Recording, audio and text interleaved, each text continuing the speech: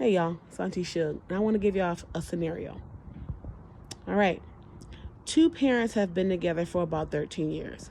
They have an 11-year-old. The last 2 years, the parents haven't been getting along the way that they used to. They've been arguing, they've been fighting, even in front of their 11-year-old, but they don't see it as a problem because you know what? Kids see conflict and stuff all the time. But in the last 2 years, they've stopped making up less. So they decide, you know what, let's go our separate ways. So they split up. Now they're split up. Every time they're around each other, they can't stand to be around each other because there's problems. One of them is causing a problem for the other, or vice versa. So they decide, you know what, we should probably stay away from each other as much as possible. When you pick up my kid, come to the curb, she can just walk outside. I'm going to get her own cell phone so that she can call you. I don't need to speak to you about anything. Now, the kid starts to go to school.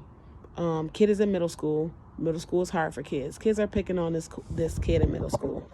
She's not exactly happy in middle school, but she has to go, right? So now she's starting to fight.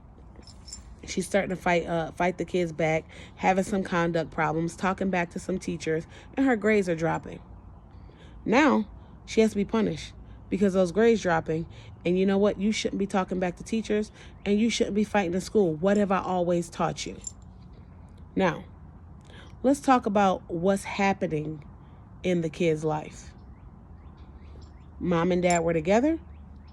Mom and dad had a lot of conflict when they were together. In the last 2 years, mom and dad stopped resolving that conflict. So I'm at the critical age of development where I'm still growing and I'm still learning how to resolve conflict. And I don't see people resolving conflict in my household. I see a lot of fighting. Now, mom and dad have decided that they want to go see other people because they just make sure that they want to be happy. Now I got to meet mom's new boyfriend, and now I got to go ahead and meet dad's new girlfriend. And, oh yeah, when we have birthday parties, the other one can't be there because everybody's mad that the other one has somebody else and that things ain't going right for them. So now, I've seen my parents argue. I've seen my parents fight. I've seen my parents decide that they don't want to be together anymore. I've seen my parents be with other people, and they're trying to make me get introduced to these other people too. Now they're trying to incorporate all this stuff into my world. Now I'm on punishment because my grades have not been good. My conduct has not been good. What is really happening in this kid's life? I'm not saying for parents to stay together forever if they can't get along. What I'm saying is that we punish the emotionality in children when children manifest their symptoms through emotionality. Just like a newborn baby is born and they tell you that they're hungry through their cries.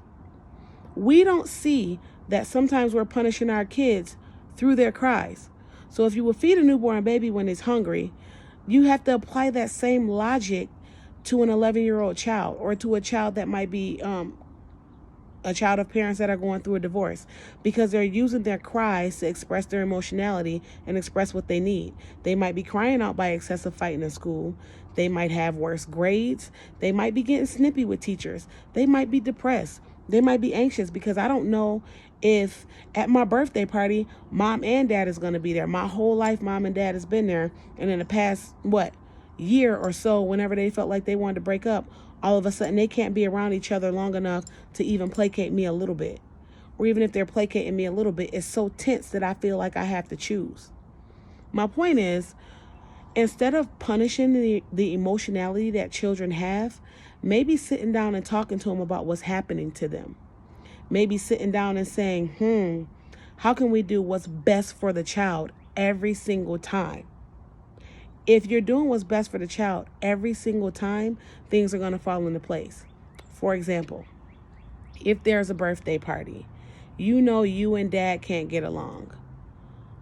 What if you guys were to communicate via a parenting app or something like that and say, you know what, why don't, for today, we put all of our differences aside and we make this birthday party the best, or the birthday party that our kids have been used to having, we give them that same level. What if we were to do that? It's never conducive to say one person just can't come or the other person just can't come when this kid's whole world has been made about mom and dad. Now, I'm just speaking to one scenario. There are a bunch of different scenarios. I already know that. But when you think about these scenarios, I want you to think, what is best for this child? Is it best that when there's an IEP meeting, since we can't both sit in the same room, one of us is not going to come? That's not usually best, because both of you got to make decisions about the same child. But we see that so often, where people make decisions based on their own emotionality and then punish kids for displaying their emotionality. So I'm hoping that I'm giving some thinking points and some stuff that you kind of need to pay attention to when you're thinking about raising children and homes that that have been fractured, or homes that you're trying to repair yourself. Just think about what is best for the child. And honestly, parenting, being the parent that you needed at a time that your kids are kind of going through some stuff too. Like, I know when I was in the 6th grade, I needed somebody to talk to me. I needed somebody to tell me what was happening. I needed somebody to just listen to me. Just listen and be like, you know what? It's okay that you feel all these feelings. Mommy is going through this. Daddy is going through this. It has nothing to do with you. It's our own stuff. How do we make it better for you? 10 times out of 9, a kid is going to tell you 100% the truth, how to make it better for them. And then that's what you do, because you're raising future leaders. So you're raising them to express their emotionality, to talk about their feelings, to tell you how they're feeling on the inside whenever you're going through your stuff. That's all I ask. I'll leave you with that.